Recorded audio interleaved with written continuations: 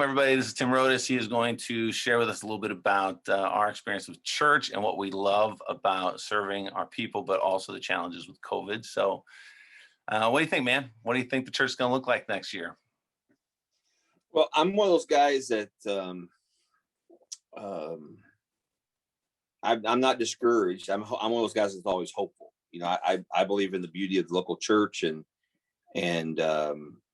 you know, God's always used the local church. I think it's the only plan in the world, you know, that the hope the world has. I think that, so I can talk about the church, and it can sound like I'm being naive. I'm not.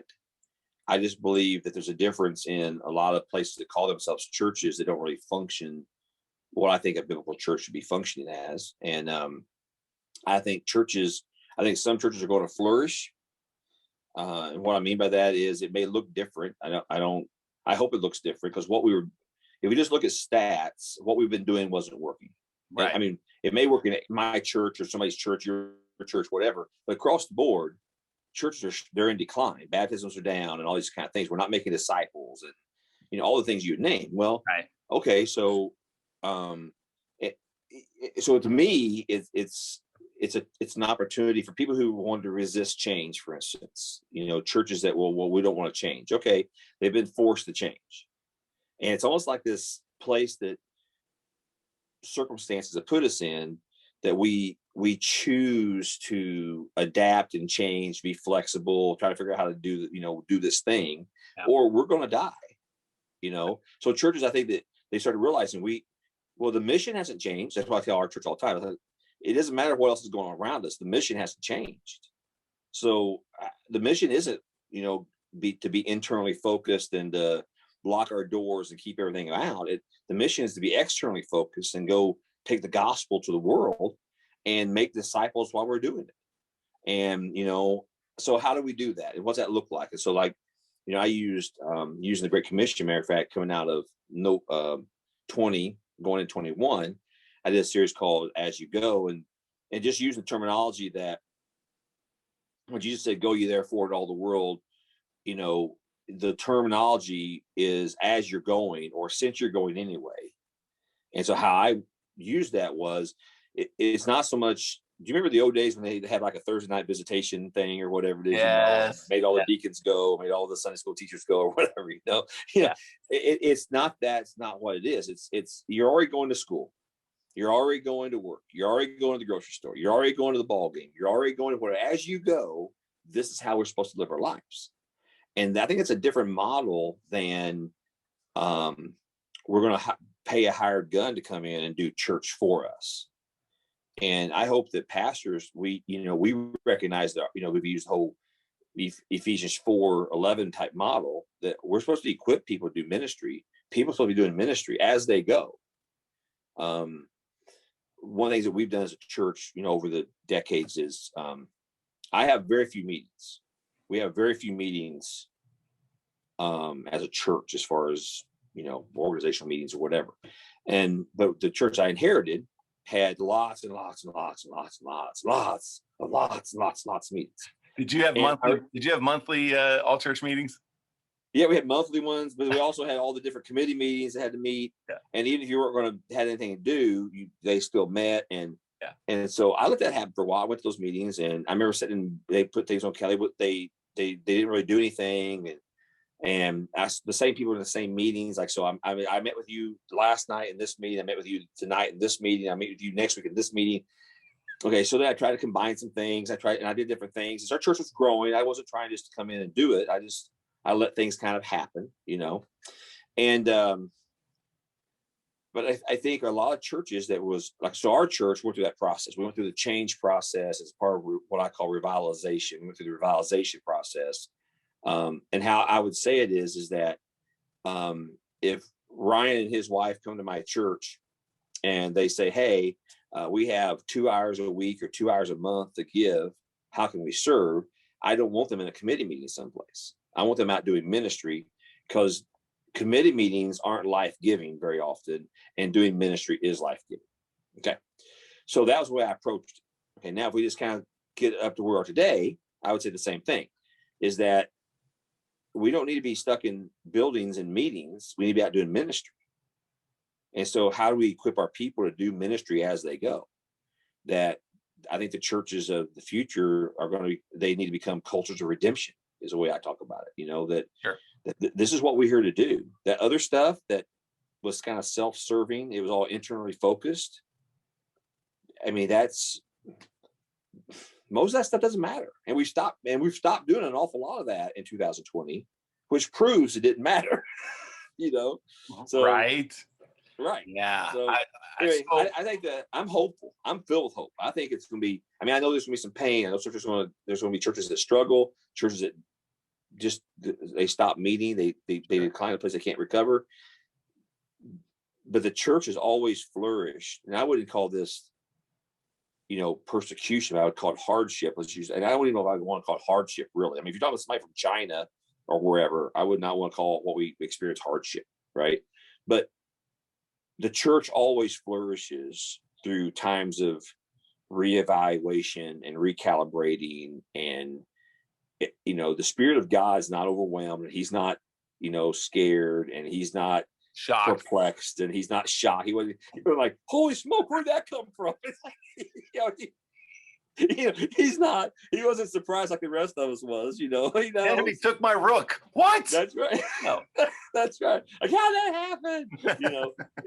The Holy Spirit, God's always got a plan, and so what culture does, what the enemy does, what DNA and nature does, what politics does, none of that has any bearing on the work of God, in my personal opinion.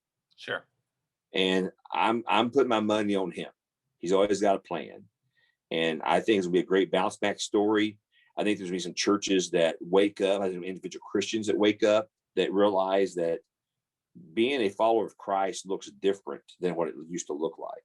Yeah. And just coming in and checking off the box that I was at church Sunday is not what that has never biblically been what it looked like to be a follower of Christ. Yeah. It's just what we turned it into. Do you think that's changing with, when I think of what it's going to look like? I asked the question, even with our church, to go, like right now we're doing, I've only got like 17 last month, and I'm pushing to see if we can build on it. And it takes some time, but we do a what's in the box mailing, where my intention from it was, especially with COVID, let's get resources to you. We do right now media. We've got Dig In Children's Church, and I'm going, why do we have this stuff that when we can't meet, people are having to sift through and find stuff? And I go, okay, well, why don't we, meaning me and a couple of ministry leaders, sort of, package that in a way that then we'll send to you at your home. You can open it up, kind of have some devotional time, some connecting points. Last month's was a kind of a puzzle theme. We sent books for the kids with open it up, had a puzzle page, you pull puzzle pieces out, you do the biblical narrative in a puzzle, and then you can put it back in the book and close it up. So kind of creative stuff. But bottom line, I think that's the house church again. Like, I think mobilizing people is going to look a whole lot different. Worship in the gathering space is still going to be so much an intimate part of the Christian faith, right? I don't know how that could ever go away. We think about how the church is going to look different. I think you still have to have the gathering, the ecclesia, if you will. But man, I think that's sort of making it easy because everybody came together and we shared the same space. And so right after church, we do this. And then right before church, we do this. And then when you leave, no more church. Well, what's that going to look like? So do you think that's going to transition into more of a small group arena? Do you think that's more of a digital space, groups? Do you have some people in your church that are finding some connecting points outside of, hey, we can't be at church all the time now? Well, yes, but I think people are also getting burned out on digital. Right. I run into somebody in the grocery store and they want to talk forever. Right. I'm outside my yard doing something. Somebody drives in the street they stop, pull over, want to talk forever. People are missing personal connectedness. Amen. And I think that, it's kind of like, if you bend a piece of paper over, let's say you bend it to your left. Remember, I got a piece of paper right here.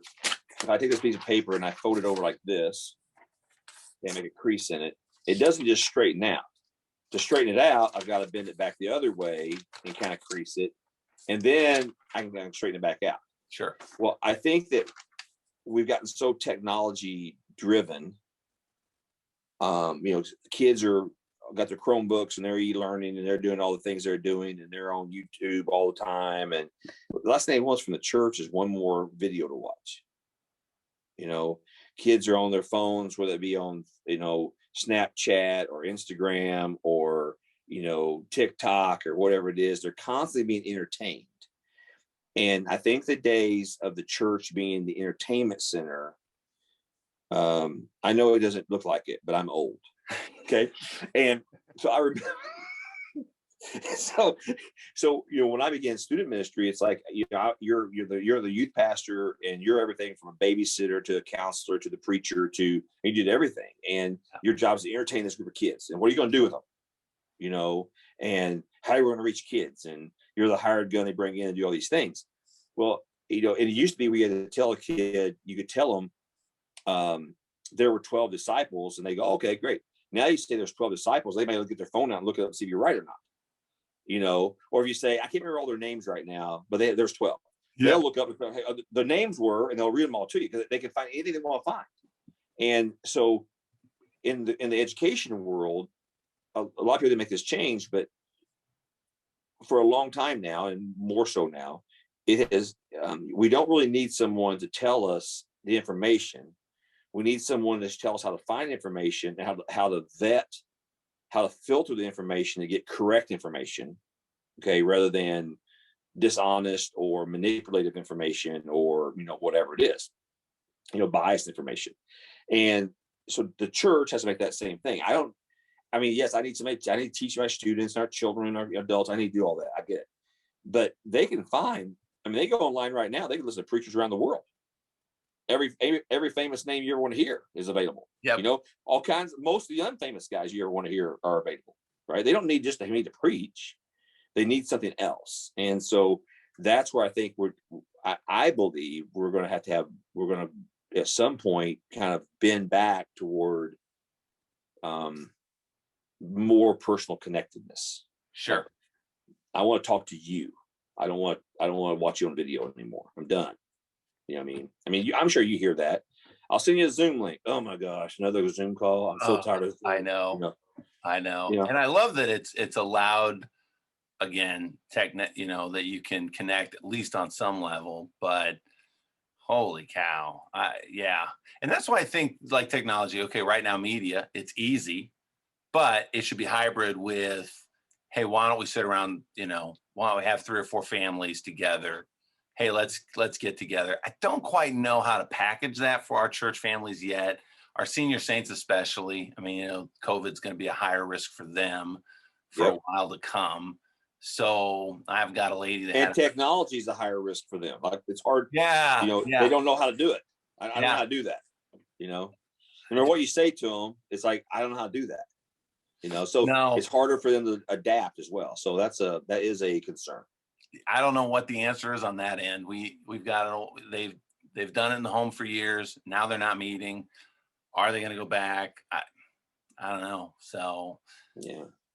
But I do want, sort of the culminating effect of all of this is to still say at least there are some really hopeful changes again for our community of faith. It has been wonderful to see some people step up and go, hey, losing my mind, right? Like something's got to give. We got one lady who wants to do some she wants to do the same kind of care packages that we've been doing with What's in the Box and really send that to people and bless them. And, pockets of people who might just be struggling, frustrated, whatever. So I don't want to get lazy with technology and go, okay, we're in your home. It's a one-way street. Listen to the service. We're good. But I am hoping there's a fervor that people will come up with and go, okay, we shouldn't just expect that when we go to church, that's when we have church, right? How are we the church in our different pockets? The on the way is really, I'm interested. How does that look for places of business, right? When you go to work, why not a Bible study there? Do you get a lot of use out of your Right Now Media? You guys are on it too? Yes, we're on Right Now Media. I don't know what we've looked at stats or, it can tell us different things. It's, we've never got deep enough into it to actually know, but we have a lot of people who use it. We have a lot of our small groups who use it. We have requests for, people to join all the time. That's, new people. It's so accessible. Right. We post good videos online. Sometimes we'll be like, here's a good series. If you're looking for a series on blank, we'll post on our Facebook page, so people can just, because the hard part is, it's like a library. It's like going to the library and looking for a good book. Like, I don't know where to start. Yeah. So we try to find things that are good. If you're looking for this, here's a good place to look, so we're trying to, we'll post things online that, I joke with my wife, I go to the grocery store, she tells me to pick something up, and I come home and I have nothing. And she goes, "Did you go to the grocery store?" And I said, "Honey, you said peanut butter. There's a whole aisle of peanut butter." I had a panic attack. I'm standing there staring at it going, I'm out. I'm out. Yeah.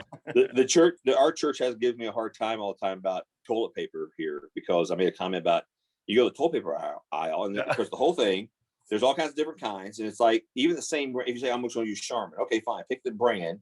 But then it's like, there's different size rolls. Yep. And then there's strong and soft, and then there's soft. And it's like, well, I don't know. And I just lock up. And so everybody, I don't know how many times a year, but I'll say 25 times a year, I get somebody takes a picture of a toilet paper aisle and sends to me because they think it's funny. It throws me, like the math. It'd be like, if you ever look at it, they have weird math on toilet paper rolls. Like, how does that even work? Like, I get all confused. 2.5 times as much. Yeah. On the whole as you go thing, I don't even think it's about even having Bible studies and stuff. I think that's fine, but I think it's so I coach. I've always coached sports, right? Sure. And so I'll coach football again this fall, and there'll be people who I engage. I don't have to talk about Jesus. I don't have to have Bible study. I think sometimes it's just personhood. Yeah. Like they had some questions anyway, and they didn't know who to ask, and they don't go to church, and they haven't been to church as a kid or whatever the thing was. And then you build a relationship with someone, and then it just comes out naturally, Yeah. So it's like, your name is Ryan, and you're 100% you in all of the places you go. So when you're working with your CEO kids, you're still Ryan, the pastor of a church. And when you're pastoring the church, you're still Ryan, the entrepreneur who, it works with CEO kids. It's just, it's just you. You're not compartmentalized. And so I think that's really where a part of it is that we have to I just need to be me. A grandparent who has brand new grandkids sometimes bring up their grandkids, and friends that know you had a brand new grandkid might say, "Hey, how's the grandkids doing?" You have a conversation. I think that's the place that I think the church needs to head toward, is that's not about tending the building and calling ourselves a church. I think that unless we are actively engaged in the community as we go, wherever it is we're going, Monday through Saturday, we're not really a church anyway. And I piggyback that, because that's one of the things that I think, when people will share that sort of fellowship with others, just sort of, organic, it's with them. I wonder why Christians weren't doing that in the past. And I do think I've seen it in my church, Facebook. I've seen posts, I've seen people engage. I've seen some real wonderful comments and responses and conversations that people have had where that is sort of bubbling up. Tim, I think it's because before COVID, they went 1,000 miles an hour. They were exhausted. I don't want to talk to you about Jesus, right, let alone just sort of good personal health, because one, I'm exhausted. And then because I'm exhausted, I'm insecure. I've created an environment where I just feel like I never see what's coming next. And I just constantly play catch up. And, I'm white knuckles driving through life. Don't pull me over and ask me something that I don't have time to talk about right now. That I think has been wonderfully wiped, slate clean. And I wonder if it's going to get back to that overwhelming busyness, but I hope not. I hope people have sort of responded to it going, I like my evenings. I don't want to be in 5 camps and, traveling teams and 1,000 miles an hour. So yeah, maybe that's kind of the positive outcome from it. Yeah, I think that's true. I agree with everything you said. I would agree with all of that. to me, the slower pace, I hope that somehow, and I know kids got to play ball, and I get it, but somehow, man, we cannot allow ourselves to go back as a society to the pace that we were running. It was crazy, wasn't it? It's crazy, and you don't really realize how fast it is until you slow down. Like, oh, and life kept moving. The wheels didn't come off, and it's like, oh, so we could slow down and do this a little more strategically and a little more effectively, as opposed to just busy. Yeah, man. Kids sports, like little kids sports, traveling stuff, that's always going to be but you remember, how when I was a kid, small town, people would stop by and talk to you, and keep us on the front porch and whatever. If somebody rings our doorbell at night, we're like, well, who's that? What do they want?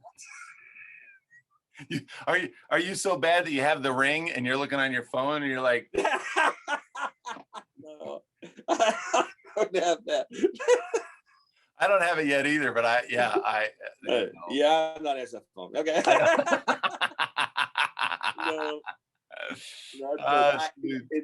I do. I think we just, society as a whole. We talked about technology a while ago. I don't know if it was online or offline, but kids today, they go hang out, and there's a group of kids sitting there. They're all on their phones. Oh my! They don't talk to each other anymore. Yes, and they're Snapchatting each other. Right, they might be Snapchatting each other. That's right. Yeah, and adults are the same way a lot of ways. Oh yes, my senior saying. Of course, then you have the people who are completely off everything. I don't have anything to do with anything. Yeah.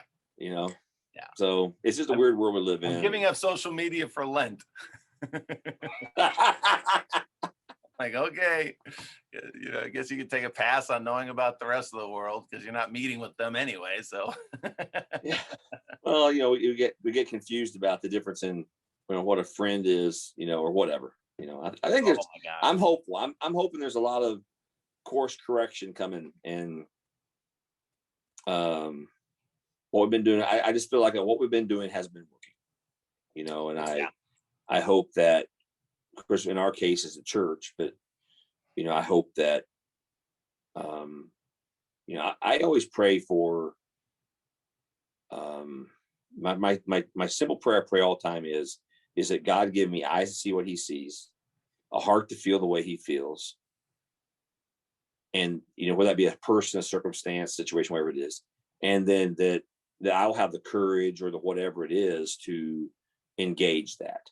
Yeah. And I think we just got to go back to a lot of this, there's too much information, too much clutter. Let's give people some handles. How do you do this how do I do this in my job? How do I do this in my neighborhood? How do I do this in my, whatever context we're talking about this? I'm hopeful, man. I believe in a God that, obviously you do too, that, we made jokes a while ago. He's not intimidated. He's not afraid. He's not nervous. I think as people engage that, I think they're really going to see, because I think people are looking for hope. That's what I really think. My gosh, right? I put my hope in this political party or that political party, or I got caught up in that movement or this movement, or, and all of a sudden they'll realize, okay, everything's still the same. Yep. And I can't trust any of these kind of things, or I can't put all my eggs in all those baskets. At the end of the day, they're looking for something that's real to believe in. Yes. And they're looking for, I think they're looking for hope. They're looking for peace. They're looking for words like that. That's the litmus test. I mean, when you put your hope and trust into who's going to win the election, what news outlet is telling me about the latest crisis and the panic attack, and then all my solutions are shored up in whatever ideology, whatever. And I ask the question, there's your litmus test. Are you happier as a result? Right. That's the whole Dr. Phil. How's that working for you? Mm-hmm. Not real well. When I put my faith and security in Jesus Christ, and I just allow that prayer, that song, that devotion, it has never failed me yet. I come out of that more hopeful, more resilient, more patient with people who I disagree with, more understanding, like that. Yes. Yeah. The church isn't going out of business anytime soon. That's for sure. Nope. So, some may. Yeah, right. Someday it will. And I would argue that the churches that will struggle though in this, they're, we call them churches, but they're really more community organizations, community clubs than actually church. Yeah. Biblically, by biblical definition, churches want to engage the community. They're not going anywhere, I don't think. No, and I missed that. I'll tell you where I kind of pushed back with my church to start this year, and I've enjoyed some of the response to it. But I shared my own failures. 2 years ago, I did a sermon series or a vision for the church on Move the Arrow. I felt like as a pastor, our church was struggling on discipleship, and I kept moving the target, right? I wanted to make it shorter, simpler, wider, easier to hit. Like, let's just celebrate these really small victories with people who just show up. Like that became more about attendance than literal.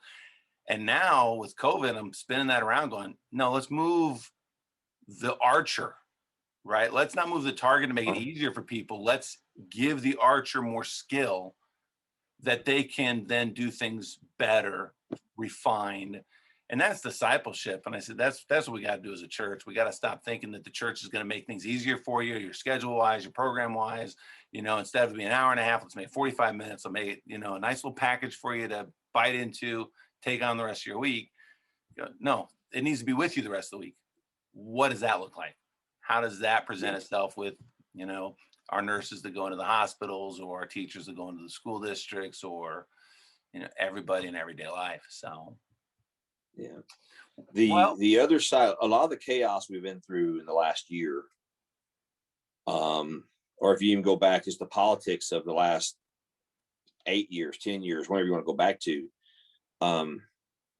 is because I'll use the phrase, and I'm not talking about other sides in politics, as in Republican, Democrat, or whatever, but as in the gospel, the church, the follower of Christ, and all others. Okay. Yeah. They've done a better job making disciples than we have. Oh my gosh. Is that not preaching truth? Holy cow. Our people don't look at the world of the biblical lens. Like I could choose a political position based on various things, but at the end of the day, I'm still to be look at this to the things I'm looking through a biblical lens, and how I see how I see the world unfolding in front of me, and all the things they're not disciples to do that. Oh, I used to joke. I'm like, if it was the gospel of Grey's Anatomy, right, there'd be some people who are absolute scholars. Absolutely true. And that, of course, I think last year's election cycle really presented that in obvious fronts, that we had to know everything about every issue that was related to our candidate. Like, well, I think Jesus would argue we might want to be the third candidate in the race. Yeah.